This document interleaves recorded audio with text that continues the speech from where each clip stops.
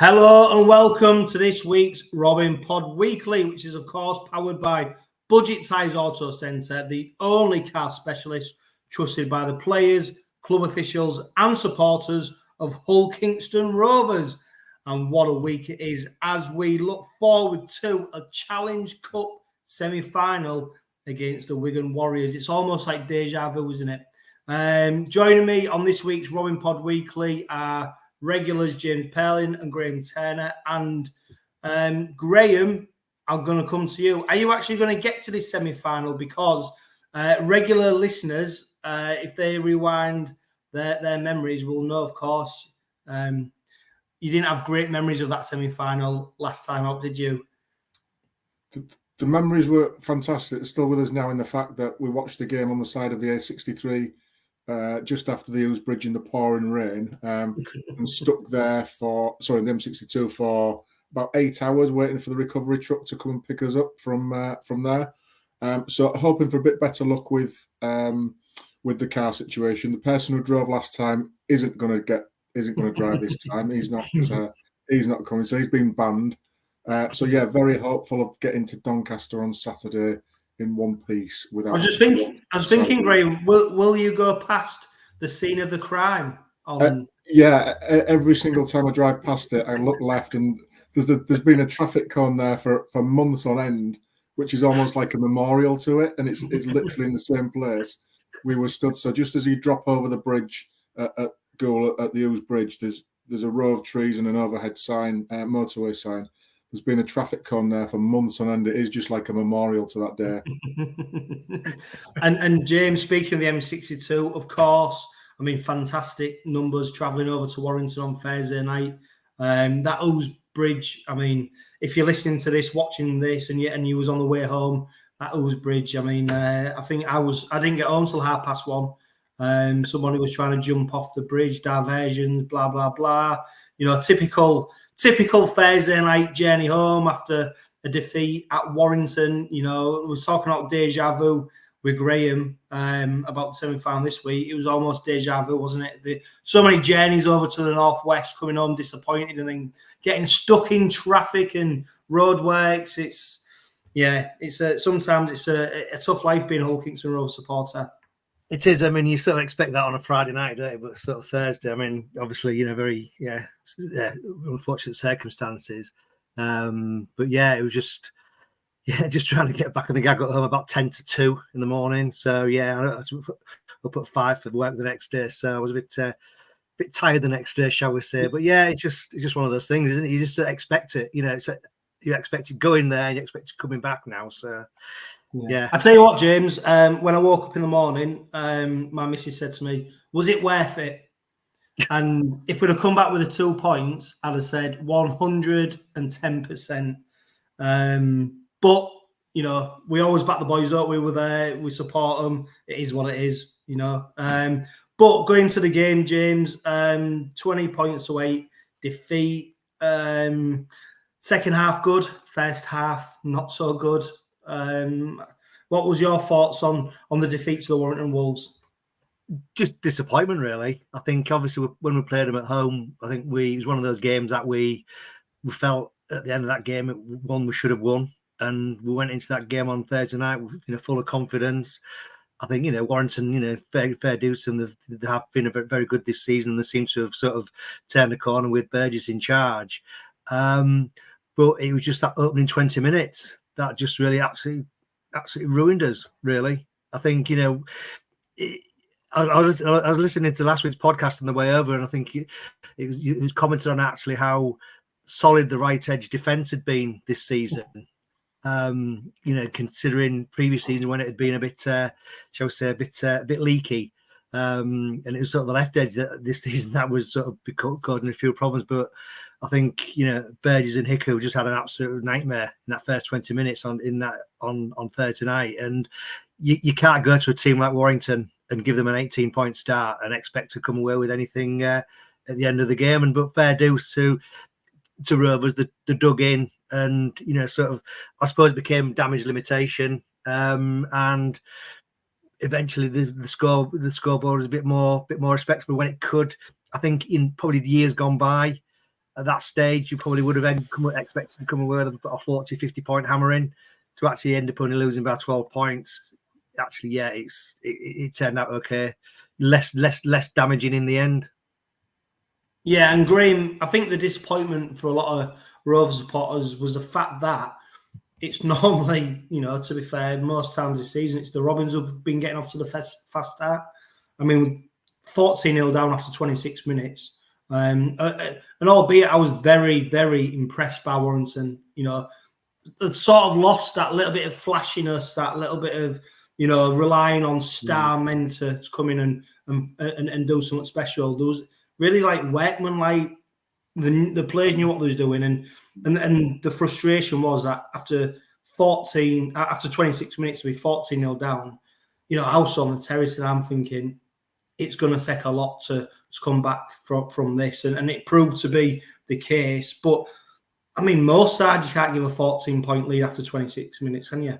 No, I was just going to sort of jump on the back of what James said there about going 18-0 down, and you cannot do that against Warrington, the top teams. And you're quite right, John. I don't think you can do it against any team in Super League to give them that sort of start and expect to come away with 2 points. So it's vital that you get your game plan right from minute 1 all the way through to minute 80, rather than just having 50, 60 minutes to try and play catch up. So yeah, I think the league's definitely tightened up this year in that respect, and I think you're right. And I believe we talked about this last week with the guys as well, about how the style of Warrington has shifted a little bit to that more workman-like style, and I think they did a proper job on us. They did their homework massively on us last week, and they really, really worked hard in defence that sort of earned them the right to keep us out on the scoreboard. And look, I won't say we gifted them points, but we didn't make it too hard for them to get their points in that first 20, 25 minutes from poor defensive read decisions that sort of allowed them relatively easy tries at that particular level. So I think there's work to do, and I'm sort of listening to Peters as well, and he, on his post match and his pre match as well, he recognised that obviously, and they're looking to fix that up this week. So all we can do is move on. We can learn from last week, and yes, it's disappointing because we all felt we were in good form. We could go over there, get that monkey off our back that we talked about last week around not being able to go to the Warringtons, the Saints, the Wigans on a Thursday and Friday night, and come back with the 2 points across the M62. We still haven't managed to get over that hurdle properly yet. So again, that's disappointment-wise set us back. But look, we've got as Bazza said, he's got a semi on already this week. So we've got that to look forward on Saturday. So let's sort of fix those up. Let's be positive. Let's get out there and back them on Saturday. Yeah, and to be fair, Graham, not only has he got a semi on, he's got a space in his car. So I don't know whether to take that offer up or not. Bazza with a semi on his car. Yeah, space in my car if needed, Graham. So he can put that semi on away if he's got enough space in his car. Yeah, and apologies if anyone was shouting at the podcast or YouTube. Of course, I was saying 14. It wasn't 14, was it? It was 18 points because it was a penalty try. I think that really made the difference. Did you see the merits, James, in awarding the penalty try? I was stood over that pretty much as far right as you could go. At the time, it looked a bit dicey. When I saw it on the replay, I still wasn't sure. But hey, I don't know. I suppose the jury's still out on that one. It is. I think the fact that because Bird has went in high on him, and I suppose the argument is that he could have scored if he hadn't have sort of gone in high on him. But then I don't think he was certain he was going to score because he looked like he was so close to touch anyway. You could actually argue looking at the video. I think his foot was probably into touch before it even got touched by Burgess. So I think it was one of those ones that you can see them. You can see why it was given. You can see why it shouldn't have been given.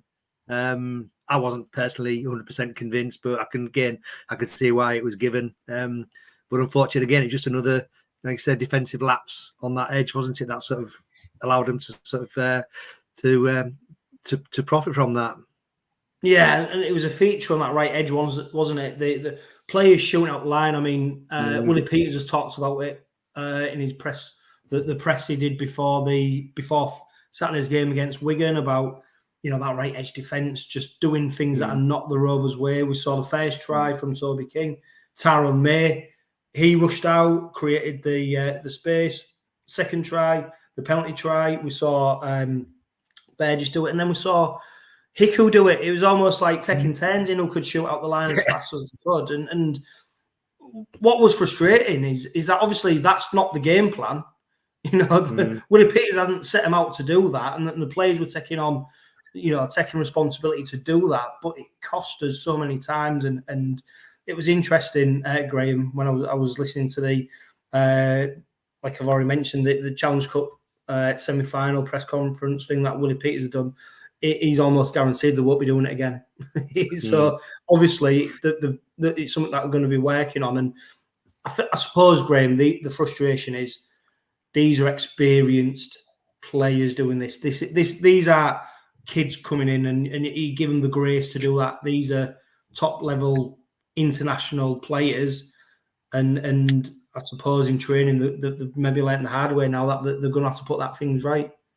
Yeah, you do it once, you get picked off and concede. You then need to have a word with each other about that, about reminding yourself about what your jobs are. And if that's the tactic to use, then fine, you're executing it well. But it's a high risk player that can go against you 9 times out of 10. You're not going to get that intercept much more than 1-2 times out of 10. So it's not got much reward with it. So just lock it all up, be sensible with it, just play what you see in front of you rather than trying to go for the glory play. Like I say, do it once, you get picked off. You need some gentle reminders between your teammates behind the sticks. You don't do it again. Certainly don't do it 3 times. And like you say, with experienced players doing that, and also experienced players further inside them as well, not getting on top of them and having a go at them. That was a little bit worrying that nobody was sort of taking ownership of that, and the same thing just happened 2 and 3 times, and nobody was sort of grabbing them by the scruff of the neck and sort of bringing them back into the game plan. I do wonder, Graham, that obviously they're so focused on defence, about instilling the DNA of Hull Kingston. What does a Hull Kingston Rovers performance look like? Defence is obviously paramount to that. Almost like the players want to defend so much, they want to get up there, they want to be the man who makes the tackle, that they've, I suppose at risk of, actually, sometimes you're better off just holding back. And that's a skill in itself, isn't it? Because as a human, when you're playing a game like rugby where you've got to be so tuned into it, and it's aggressive, it's fast, you can get up there and go as quickly as you can because you think you're going to be the one who makes the tackle. But then you lose sight of the fact, as soon as you do that, the person next to you has then got to make up for your mistake if you make one. And I guess I'm trying to put a positive spin on this, is that the players are doing this shooting out the line because they really just want to get there and nail the man. And if they do that, they've got a massive benefit to the side. But we've seen the danger is if they get it wrong, we saw what happened if they get it wrong. Yeah, let's hope they got all those out of the system in that one go, and they don't bring that to the table on Saturday. Because if we do that on Saturday, I don't see any way we can come away with a victory on Saturday if we keep jumping out like that with the quality and strike that Wigan have got out wide on both sides. We can't afford to be doing that. So as Peters was talking about on the pre-match presser, that won't happen again. So let's hope people have learned from that. And yeah, like you say, it looks good if you do make it as a one-on-one tackle, but there aren't many occasions where you go forward as a defensive, as a lone wolf, and come out on top because the players are too clever and smart in front of you with the ball in hand and can use footwork, passing the ball round you, over you, through. It's so hard on your own. So there aren't many occasions where a lone wolf going out of the defence to make a tackle comes out on top more often than not. Yeah, and James. I was just going to say. I think as you sort of highlighted in the presser, it's something that can be fixed. Hopefully it is just a one-off. And I think if you go back to the Catalan games when we were sort of very poor defensively, and the next game was up against Wigan, and it was just it was chalk and cheese. So clearly, that message got through after the Catalan game in preparation for the Wigan game. So I'm sure it'll have got through this time again, because the importance of the game on Saturday is sort of probably elevated even more. So it will, I think we'll see certainly see a different.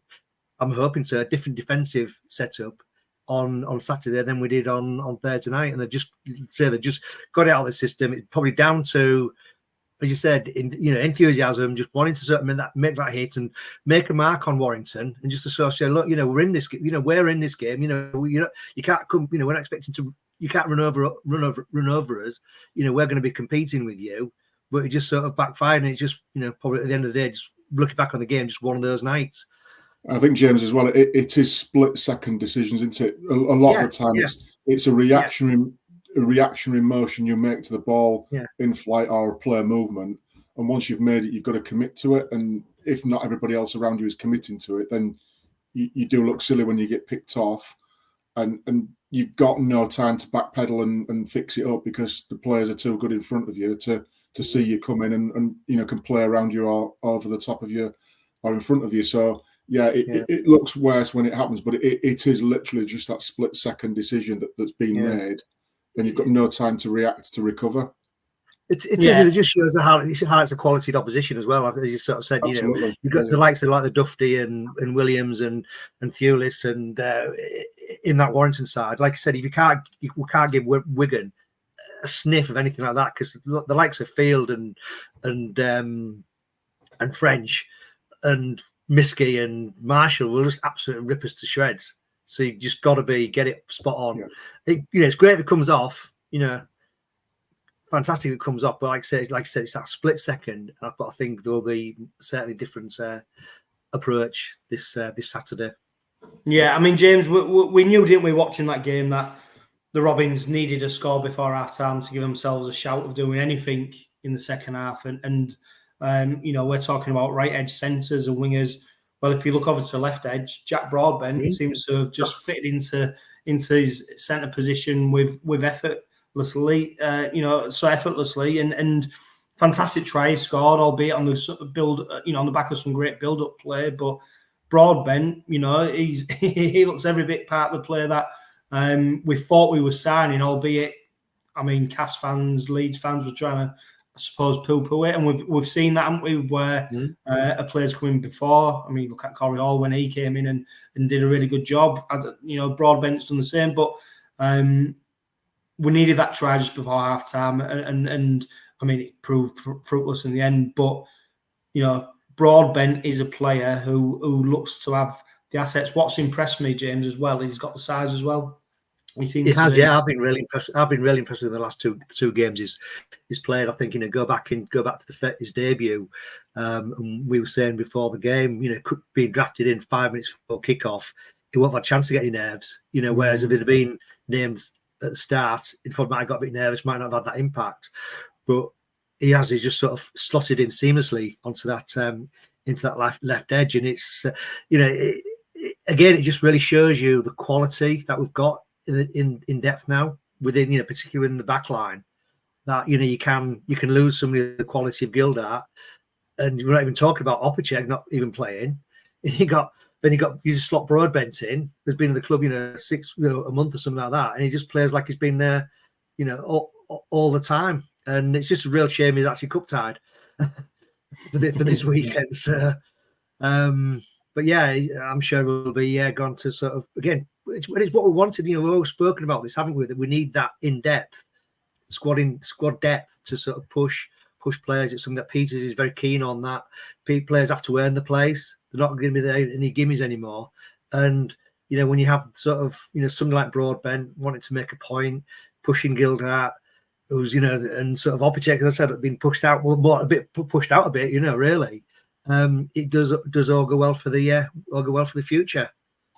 Yeah, Graham, it was vital that the Robins got a score, after half-time. So, ahead of wire, and 50th minute, we saw Mikey Lewis. A try that's gone a little bit under the radar. I mean, people might have different opinions on the ground in the ball, but the magic from Mikey to try and execute a play, it didn't work, and to then have the foresight and the ability and the skill to then make something happen against, I think it was about 5 defenders he shook off in the end, to then still go over the line. I mean, when we look ahead to the semi-final on Saturday, those are the moments of magic that win games sometimes, albeit, I mean, he didn't against Warrington's, but, you know, the more times you try it, the more times it's going to come off. And Mikey's just got that in his back pocket, hasn't he?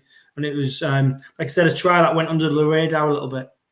Yeah, and it's that unpredictability. It's that moment of magic. It's that split second that can change the course of a game. So if you are behind on the scoreboard and that happens, it can give you a massive sort of shot in the arm in terms of swinging the momentum back in your favour and give you real impetus. And yeah, it's just those moments where, you know, that's totally unscripted. It's not training ground. It's just completely instinctive, having a look, assessing the situation, made the first play, didn't quite come off, bounced back into his hands. Right, what do I do now? The next play is, right, I see a space there. That's where the ball's going. I'm going to chase it hard and let's see what happens. And yeah, look, it came off and it was fantastic individual play. I think we're going to have to need something like that to unlock Wigan as well. So we need Mikey and Tyrone to be at their creative best. And whilst we need that structure of attack, which we've had and it's looked very well, we also need that flair, that unpredictability that Lewis can bring as well. That just very quick, dynamic, short step that he's got that gets him accelerated through small gaps very, very quickly, and then we're on the front foot and playing then. So yeah, I think we're going to need to see more of that from Mikey on Saturday, and hopefully he can bring it to the table, you know, at Doncaster for us. Yeah, James. I mean, no further scores from the Robins. Ultimately, the game, you know, much better in the second half from the Robins. You know, huffed and puffed, tried things.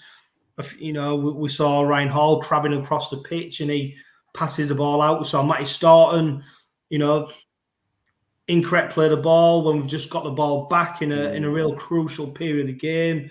You know, that, you know, we go over at that point, it's a totally different game. What I wanted just to hone on is the props and the contribution they made. 𝗫𝗓𝗂, it's quite clear to see who the front, you know, the main props now are. 𝗫𝗓𝗂, 43 minutes, 29 tackles, 8 carries, 48 metres. Jai Whitbread, 60 minutes, 39 tackles, 13 carries, 88 metres, average gain of 7. Against Warrington, George King only on for 22 minutes. He did 13 tackles. He only carried the ball 6 times and he made 35 metres. I want to get your opinion on this as well, James. Jack Brown, he came in, he did 36 minutes in that middle spell, 13 tackles. He actually made the most carries out of any props on the pitch that on Thursday against Warrington. 81 metres, albeit an average gain of 5. I think he's got much more of an offload game. 𝗫𝗓𝗂, Whitbread, probably the frontline props, but encouraging debut, James, from Jack Brown as well. Yeah, definitely. Considering, like I say, it's probably only had a couple, probably a couple of training sessions with the rest of the squad. So yeah, I thought it was solid. You know, I've not seen a lot of him while he's been over at the other side. But yeah, I thought it was sort of a solid debut for him. But like you say, I think 𝗫𝗓𝗂 this season has certainly stepped on for me in terms of, last season it was, I think his season was disrupted a bit with injuries and suspensions, etc.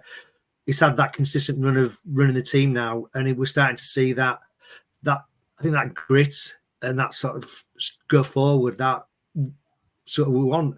And the thing is, it is not like, when you look at him, he's not that all that, it doesn't seem all that big, but he just seems to be able to make the yards and putting the tackles in, and just I've been really impressed with him all season, as I have with all the props, to be honest. And again, just when you think that something like George King is sort of perhaps becoming more of a fringe player now, it's sort of, again, just really highlights how we've progressed, and hopefully Jack Brown coming in, he will be able to sort of step on as well. Yeah, I mean, Graham, the only thing I'd say to that is, 𝗫𝗓𝗂, average gain 6 metres. George King, average gain 6 metres. Whitbread, 7 metres. Brown, 5. For me, and this was, I said it on the night, at Warrington, we still seem to lack that real punch down the middle. I don't want to say that Paul Vaughan type player, but I mean that poor, but you know, type player who can really just punch through the middle. We look very Weightman-like in terms of we'll go through the graft, we'll take it to the line, but we don't punch through the line. And you know, maybe it's because we're looking at an offload game. I don't know. Maybe that's the reason Brown's coming, because if you talk to supporters of that lot over there, they say he won't make you meters, but if he gets his hands away, he creates the offload, which gives players like Jez Litton, Mikey Lewis, the ability to then play on the back of that, Minchella to play on the back of that. But I still think we're lacking a real punchy player. Yeah, I think I'd agree with that. And I think just going back to James's point there about Jessie Sue, I think his physique this season is much, much better. It genuinely looks to me a different player to what we've seen over the last season or so. And, you know, for the better, his speed's improved, his running ability's improved. So I think that's down to the work that he's put in over the pre-season to look the way it does now. But I agree, it's still not that. But again, was that down on Thursday to the quality of Warrington doing their homework about how we've played previously and what success we've had going forward, for them to tighten that area up, to restrict us to 5, 6 and 7 metre averages? Is, you know, is it a lack of ability on our side, or is it credit to the opposition for doing their homework on us?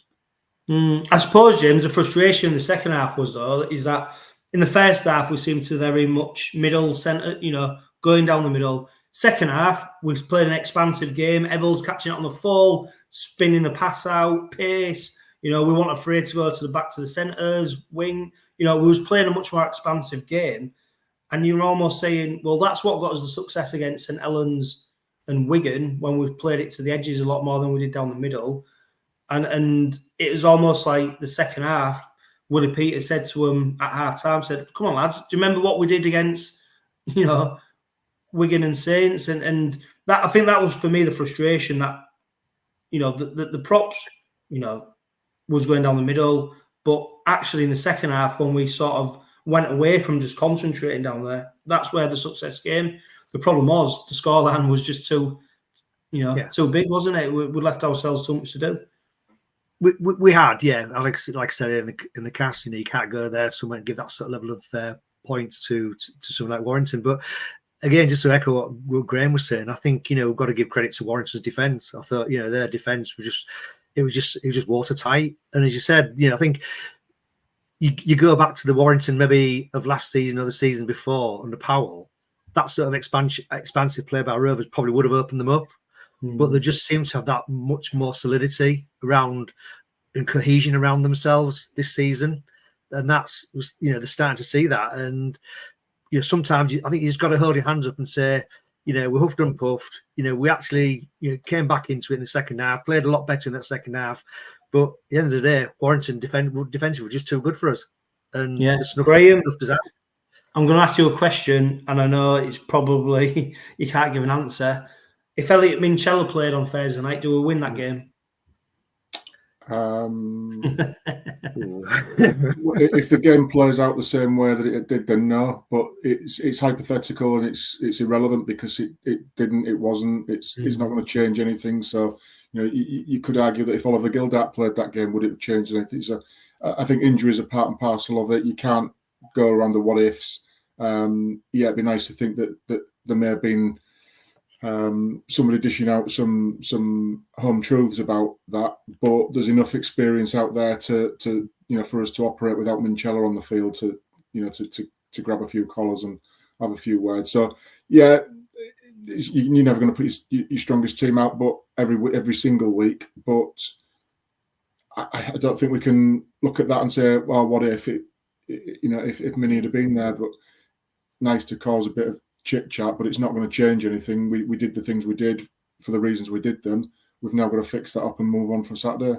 Yeah, and the reason I asked that question is because I wanted to probably heap a bit more praise on Dean Hadley, you know, as we have been doing for the past few weeks on the Robin Pod. I mean, he got through 51 tackles against Warrington, and what surprised me. I mean, he shouldn't surprise me, because he's a fantastic player, but actually, the ability with the ball in hand to be able to move the ball on, very much like Elliot Minchella. So I was almost setting you up, Graham, a bit naughtily there, so I could just make a point about how well I thought Dean Hadley played, because I thought I agree. I agree. Yeah, Dean Machine, again, 7, 8 out of 10 every single week, guaranteed. So I think a lot more people this season have come to appreciate the work that Dean Hadley does. A select few will, who sort of watch the game and study it will have recognised it, and certainly the players understand you need players like Dean Hadley in every single squad. But I think now us as fans are seeing more value of what Dean brings to the squad and to the team week in, week out. And yeah, again, he's one that's had a few injuries last season or so, and now he's getting this consistent run in. I think a lot of people have been pleasantly surprised by what he can do. And like you said there, Johno, he's not a running 13, but he can play the ball as a 13. And everybody was over the moon last week when he got his try. As a recognition for the performances that he's been putting in, the quality of performances that he's been putting over the last 8 or 10 weeks. Yeah, James, we'll move on from the Warrington defeat. We'll park Super League for now. Are you pleased that Willie Peters has signed a 4-year contract extension, which will keep him at the club until at least 2028? What's not to like? It's just, it's like just literally it was 2 years, isn't it, that he sort of came, it was announced as being head coach, coming in as the new head coach. And I think considering where the club was then to where we are now, I think it's sort of surpassed, even our wildest dreams and expectations. I think, we're just sort of seeing progress, on the field. It's just been, stupendous, really. And it was, for me, it's probably the key signing that we need to be making is getting Peters extended. And I think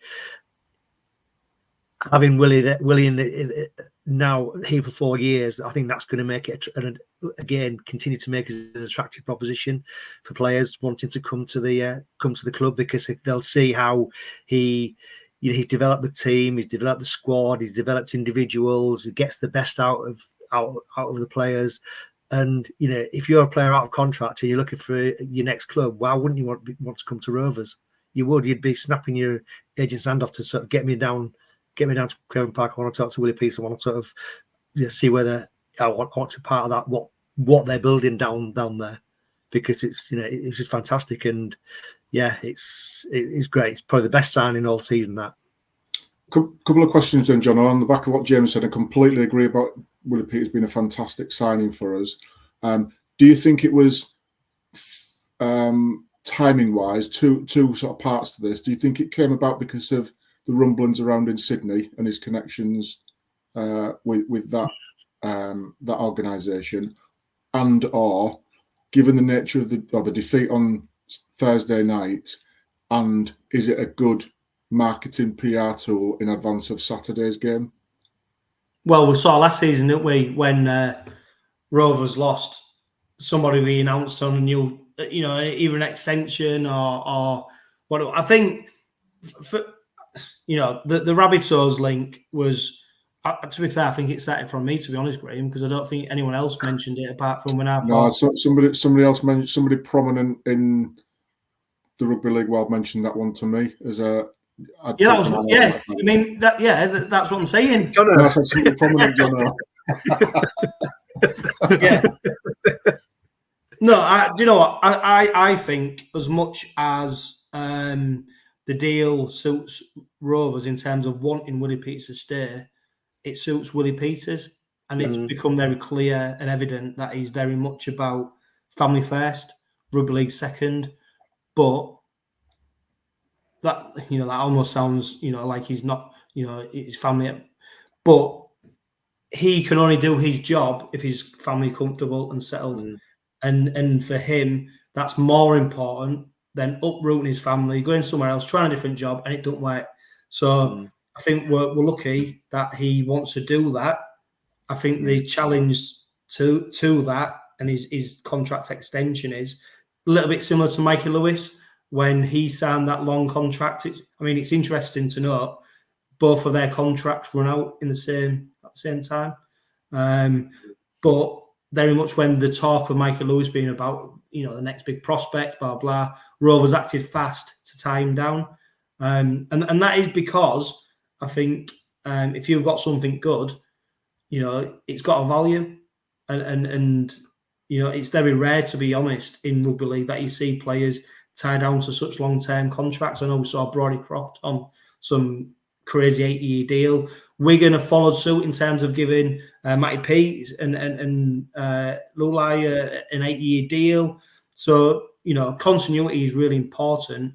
It'd be interesting to see, though, what happens within that 4-year period to then justify that contract. And what was really interesting was in the Challenge Cup press conference, I don't know if he picked it up, where I think he was asked about silverware and stuff, and he said about success isn't determined by a trophy. How do you define success? Yeah, well, I think most supporters will say a trophy, because ultimately when you're in a 12-team competition and a Challenge Cup where the Super League teams come in later on, at some point, trophies have got to follow. But we're on that trajectory, and Willie Peters is very much the man who is at the forefront of not just the playing side, but he seems to have united an organisation alongside the likes of Paul Lakin. But Willie Peters commands the respect of the supporters, the players, his coaches, and the board of directors. And for me, he's the leader. But we keep saying it's got to be rubber stamped with silverware at some point, I think. Yeah, I agree, John. I think there's a lot of things that we don't see going on behind the scenes around culture, environment, the squad, the attitude that play. We've all sort of commented on the attitude that players have when they're in defence, for example. That's something that's a choice, is your attitude. So players have to choose to buy into that, and that comes from Peters and the direction that he gives. So that's the bits we can see. But again, the bits we don't see about him interacting with the board, with Paul Lakin, etc., and coming with that sort of one direction approach where everybody is pointed in the same direction towards success. And is success a piece of silverware in that 4 years?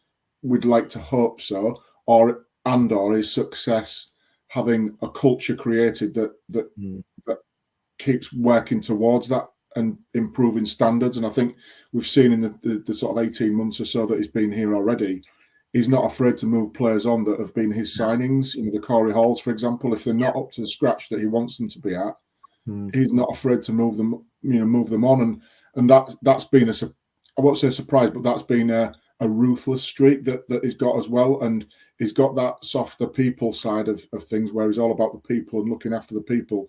But he's also got that cutthroat side of there's no sentiment in it. If I've made a couple of signings, Aydin and Corey Hall, for example, if they're not going to improve the squad, or I can find better to improve it, I'll move them on. And that's what's happening. So it's all about that continual improvement in little areas. And I think the bits that we see on a Thursday, Friday, Saturday, or Sunday on match day are evident because it's the players. But the behind the scenes stuff around the culture and everybody working towards the same direction are the bits that will ultimately contribute towards that definition of success. In my opinion, it's not just about a trophy. No, yeah, James. I'm going to say I totally agree with what you're saying, then, Graham. And I think for me, the fact he's able to, he's prepared to make those big calls, like I say about Corey Hall. It was his signing. He came in.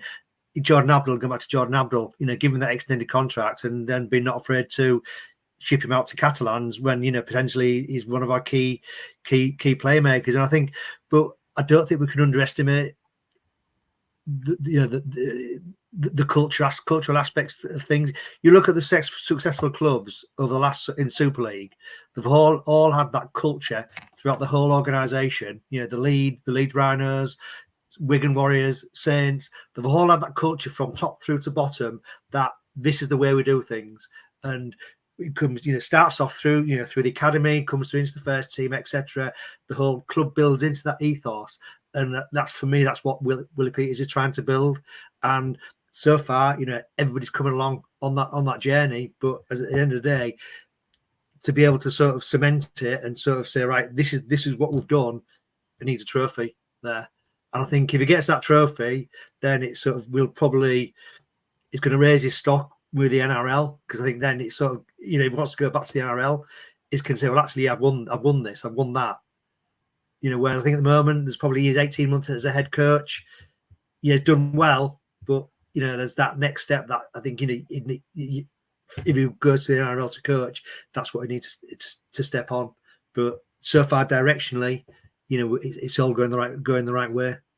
But I think that time, John, of sort of the next 4 years plus the rest of this contract, that allows you to build into that time. So within 2 to 3 years as a head coach, with the contracts the way that they are at the moment, you've not got a chance to really, really build your squad. You can't move players on. Players don't move for transfer fees usually within rugby league. So unless you're going to make wholesale changes in a very, very short period of time, we know that doesn't work in terms of long-term success, because we've seen it. We've had 8, 9, 10 players move out and 10, 11, 12 players come in. It just doesn't work overnight. And you look at, as James said there, the Wigans, the Saints of this world, it's all about building. It's all about continuity, and your time will come if you do, sort of trust in the process and do the small things right consistently. Yeah, and don't forget as well, it's all about the DNA, isn't it? I think I've heard Willie Peters talk more about DNA in the last 6 months than I have watching 5 years of 24 hours in police custody. It's all about the DNA.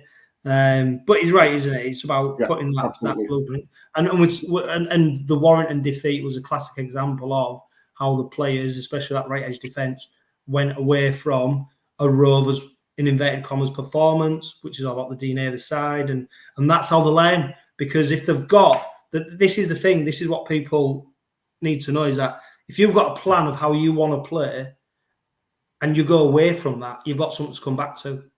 You've got something to say, hang on, lads, in training, in pre-season, we said this is what we're going to do. And then if you put a performance in that doesn't match that, our players do something individually that don't match that, you've always got a base to come back and to say, no, we're going to go back to doing this. So I think, like James said about the Catalan defeat and then how we then responded against Wigan, it's probably because Willie Peters went, hang on, you've gone and put that shower shite out in Catalan. That's not us. We said this is what we're going to do. This is how we're going to play. And that's what they did against Wigan. So, the omens, maybe, James, I mean, hypocrite, I put out on social media, it's not about omens or luck or anything like that. But it's that ability to respond. Yeah. Right. Graham, Danny Richardson, Ben Reynolds. Danny Richardson. Next question. Yeah. Well, to be honest, James, a bit of a farce, that, wasn't it?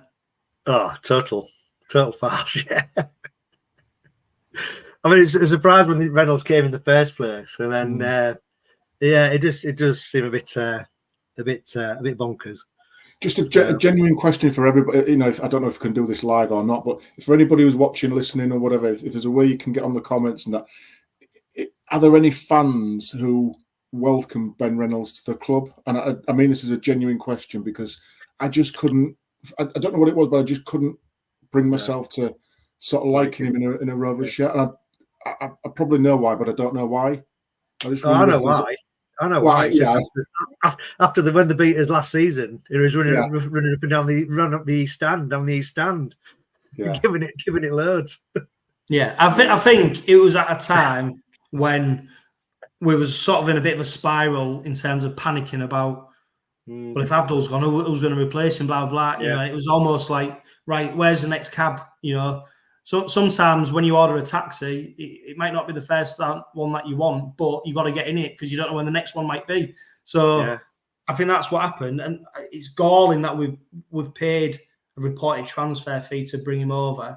I mean, the irony is that he signs for that lot on loan, and then he's injured, so can't even play in that game. The fact we then had to counter that by bringing in another loan player, is almost a galling bit, because. And the fact that Reynolds is now tied down to another season at Rovers, which means that there's every bit of potential that he might come back, or now the club are going to have to pay him off for that final season to get him off the books. So, I suppose, hindsight's great. and credit to the Robins, the transfer dealings of the last 2 seasons, since we got rid of, Vete, Sims, Takairangi, they've pretty much got everything nailed on. This is probably the 0.1% where they got it. Sorry, they got it right. This is 0.01% where they got it wrong. Time will tell, won't it? But I don't think you'll see many Rovers supporters clamouring to get Ben Reynolds back in a Hull Kingston Rovers shirt. And to be fair, Danny Richardson, he's not a bad replacement, is he? He's shown what he can do, albeit Graham with a horrendous injury record. Yeah, and that's probably why it's given him a chance to sort of rebuild his opportunity. It's obviously going to be back up to Mikey and Tyrone at the minute. But should they get injured, should they get suspended, should they drop out of form, whatever, then we know we've got somebody with proven Super League experience at the top level as well. A good player back, in his younger days with winning stuff. So he knows the game. Had a tough run with injuries, but if this is an opportunity and it can help us out, then I think it can be beneficial for both. But I think like you just said before, John, about the transfer dealings, again, it just goes back to that point I made about Peters not being afraid to move people on for whatever reason it might be. They don't fit in with the culture, or they don't buy into it, or I appreciate after 3 or 4 weeks it's probably a little bit too soon to be thinking about that. But again, it just goes back to that. If it's not the right fit for the squad, let's not have any bad apples in there. I'm not saying he was a bad apple, but let's not have anybody in there who doesn't need to be there or doesn't deserve to be there. Yeah, right. Challenge Cup semi-final, James, on Saturday. The build-up to this semi-final, when you compare it to last season, seems to be, I don't know, a little bit different. What do you think? Yeah, it does really. It's funny. All I've seem to be seeing is people moaning about the distance and the crowd, what attendance is going to be. It is bizarre. And that's just from Graham not wanting to go over the Ouse Bridge. I want the semi-final played at Craven Park. Yeah, but yeah, I mean, is it because this is going to be our 3rd successive Challenge Cup semi-final? So we're getting to a stage where we're becoming not blasé about them, because, I still think the fact we're still in the Challenge Cup semi-final is a great testament. But so they're on the trot and we're playing Wigan again, so it's all like deja vu, and there's sort of can history repeat itself again? But yeah, it just seems to have been a bit low key overall.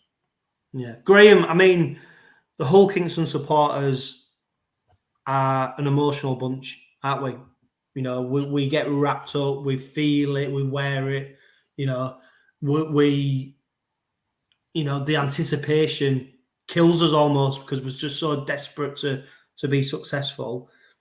I do wonder if this week we've, as a supporter base, maybe become more like, no, we're not going in hope of winning. Actually, we're on an equal footing. We're not going as plucky underdogs. We're going there as an equal to Wigan, and that raises expectations, pressure in itself.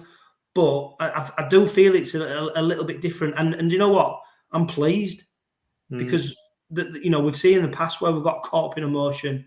We need that ice cold, I don't know, steeliness. That's what ultimately sees you through to victory. Yeah, play the game, not the occasion. It's the old mantra there. And I think, just going back to the point about what does success look like and what does ethos look like, you sort of made a point there, John, around the last 3 seasons, Challenge Cup semi-finals, the Grand Final, semi-final, playoff last season as well. We're edging further towards being consistently in those big games at the end of the season. That for me is progress. That for me is determining, on the road to success. It's obviously not the ultimate success, but that is how we're progressing as a club over the last 2 to 3 seasons. And I think with like I said, the old adage of playing the game and not the occasion, it is just a game. We have played Wigan 3 weeks ago. We do know how to beat them. We can beat them. So that should give us a confidence, not an arrogance, but a confidence to know that we have got a game plan that can work. We just have to now go and execute that. And look, if we execute the game plan and we come out on top at the end of it, fantastic. We might execute the game plan and we might come out on the wrong side of it, but at least we've given ourselves a chance of being at Wembley in 80 minutes by being in the semi-final. There's, you know, a whole host of other clubs that would feel they had a chance who aren't going to be one of the last four to have a crack at it. So for us to be consistently in those big games now, I think is testament to how far we've come on that success journey. Yeah, and when, James, I look at the expected lineup on Saturday, you know, our 18-man squad, Sam Luckley, 𝗏𝗏, Willie Peters has said that he fully expects them to be back involved. And you look back at that side that did beat Wigan last season. I mean, we had the drama, didn't we, before kick-off where Ryan Hall pulled up, Michael Lewis went to full-back. Then we had Ethan Ryan, Senior, Opacek, Kenny Dowell, Milne, Snyder, Kennedy, Litton, King, Batchelor, Lynette, Minchella, Parcell, Staunton, Idin, Luckley. You know, yeah, we've still got vast majority of them players playing, you know, on Saturday.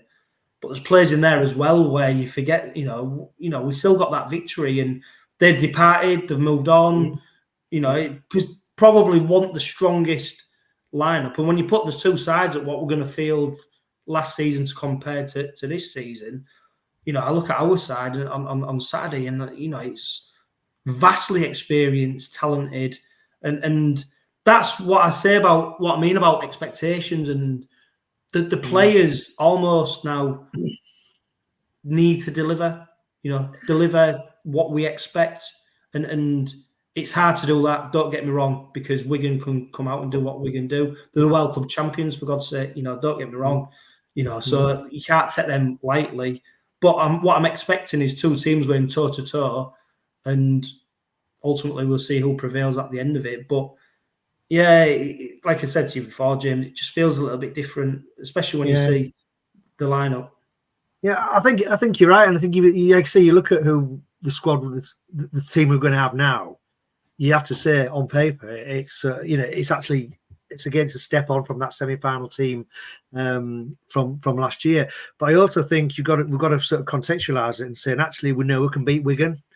I think we've played them 6 times the last sort of two seasons. We've beaten them 3 times. One of those, the one we lost was the Invitational 13, the pre-Wembley Invitational 13.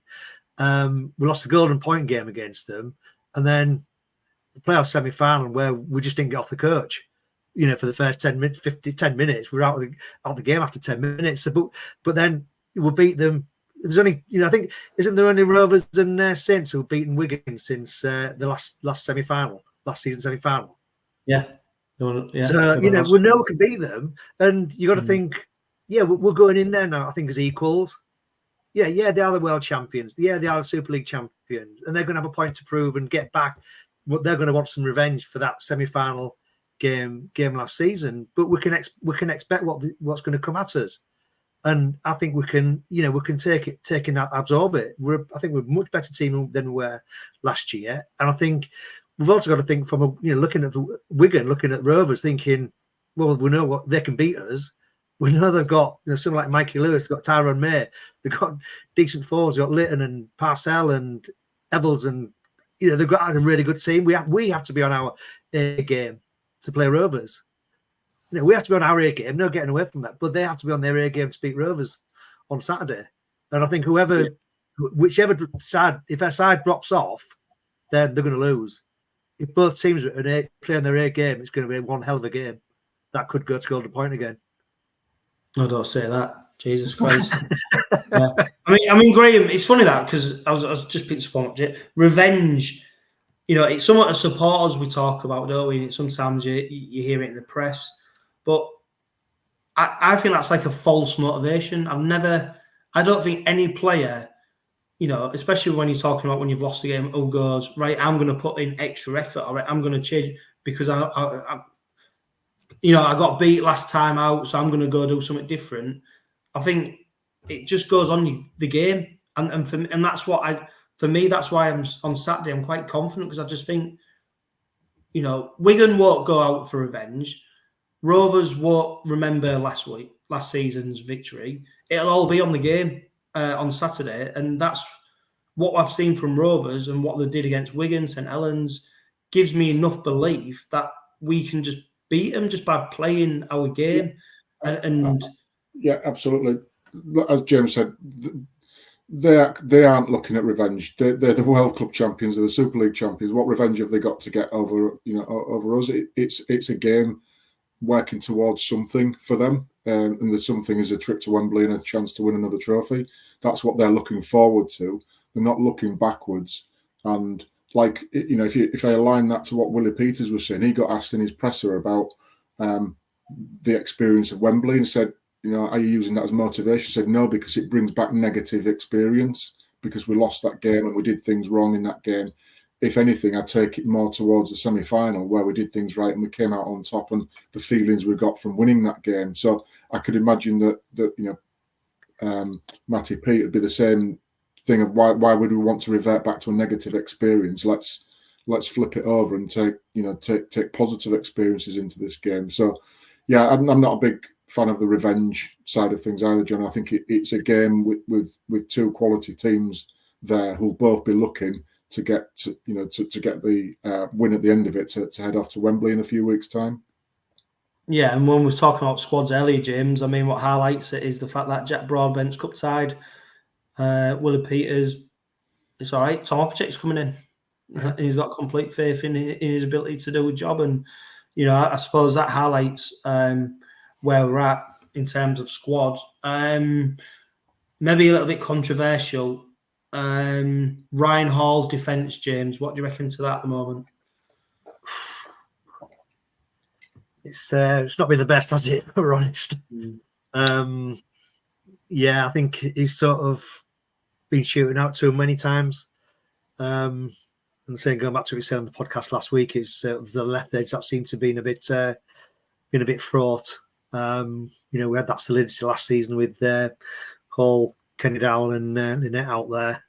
Yeah, and we just seem to have lost that slightly. And I think it's maybe just Ryan Hall just trying to sort of just come in and trying to stop things happening, but it just missed timing. But as I said, he can't afford to do that on Saturday, because you give somebody like Miskey or Marshall an inch, and then they're away. Yeah, I suppose, Graham, even at his well, I won't say a tender age, but he still looks like he's a player who's trying to make things happen. Absolutely. Yeah, absolutely. I think that's just the you talk about DNA. That's just his DNA of the professionalism that he's got. Yeah, he's got picked off a couple of times defensively, but it's part of a unit. It's not just him as an individual defending. So some of his, if you want to call them errors or lack of judgment, as we see, that's just the end point of a series of events that's gone on before it that's potentially left him exposed, and absolutely nothing else he can do other than try a Hail Mary to try and stop something from happening. So is it directly his problem, or is it the unit of that left edge as a collective piece that's sort of exposing him by their decisions inside him? And again, you have to look at each of the instances where he's been picked off to work that one out. But it's not usually just somebody flying out the line. He's usually the last port of call out there. He's got past many other people before it gets to him out there. Yeah, Liam Burney's missing for Wigan. He's suspended. He's going to be a huge loss to them on Saturday, James. When you look at this game on Saturday, you can make an argument for both sides getting the victory, can't you? It is a really, really difficult game to call and try and predict a winner. It is, and that's what I'm saying. If both teams are on their A game, it's going to be a hell of a game. And it's just that if either team drops from those sort of high standards they've set, then they know the opposition has got the skills and the wherewithal to take advantage of it. And then, you know, there ain't going to be many points in it, I'm afraid. So yeah, it's just so tight. It's hard to call. It is going to go down to the yeah, I said golden point earlier. I hope it doesn't, for goodness sake, because I don't think my heart could stand it. But it is going to be tight. I can only see about 4 points in it at the end. Yeah, Graham, are you ready for the Rovers roller coaster? Always, mate. I've been a lot more. I think I said it before as well. I've been a lot more pleased with how we've been able to control games, but it's just one of these. It's knockout. It's a knife edge. It's not where you can fix it next week with another fixture in Super League and get back in the winners column. It's do or die, isn't it? So yeah, I guess it's every fan's worst nightmare if you lose, and it's every fan's best dream if you win it. So there's no middle ground really with it, either. Yeah, I just don't think my heart could take another 40-meter drop goal. Yeah, in the rain. But no, if you go into the game on Saturday, which I'm sure you will be, because the side are going to be backed by tremendous numbers once again. Full credit for the Red Army for supporting the boys. It's going to be a fantastic occasion. Hopefully the Robins come out on top once again. The Robin Pod Weekly is powered by Budget Size Auto Centre, the only car specialist trusted by the players, club officials and supporters of Hull Kingston Rovers. A huge thank you to Graham and James for joining me on this week's Robin Pod. But for now, live, love, laugh and be happy.